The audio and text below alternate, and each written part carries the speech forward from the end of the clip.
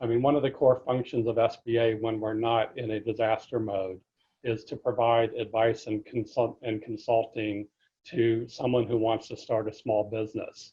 The traditional model is if they live in Atlanta, Georgia, they would call the Atlanta office, make an appointment, go in, have to find parking, have to find the building, go in and see the person they made the appointment with. Well, what if the business that I want to start is something like opening up a coin in an antique shop? What if SBA has a consultant in Seattle working out of our Washington State office who did that as their career?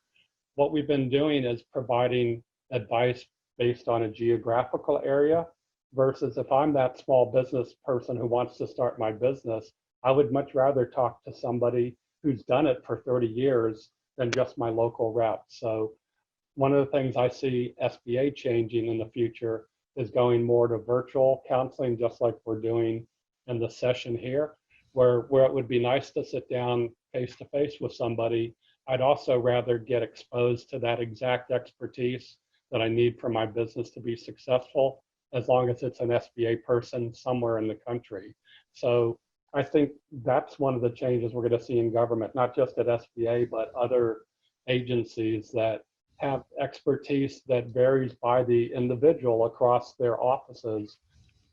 Potentially we'll find a way to leverage citizen services better and get those experts lined up with the people that have the exact need.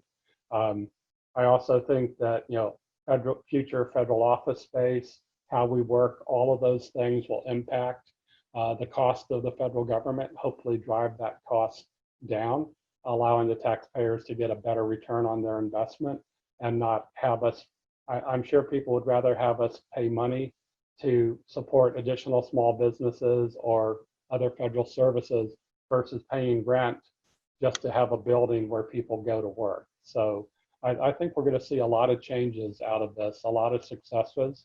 One of the biggest changes we saw at SBA is with us being so heavily involved in getting those billions of dollars out.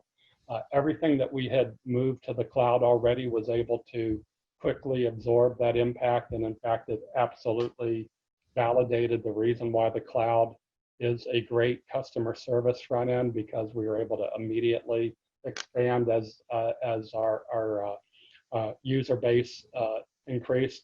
For example, when the president tweeted out the sba.gov web address, we had an 8,000% increase within 1 minute of our hits. If that had been an on-premise application, which it was a year earlier, it would have collapsed.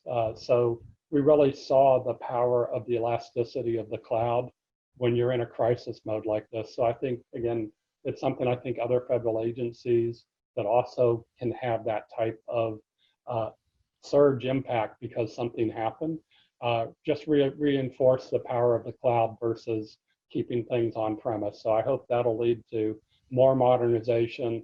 Again, the whole benefit of doing modernization or move to the cloud is to allow us to provide better services to our citizens faster, quicker, easier, and I believe that'll be a benefit out of this.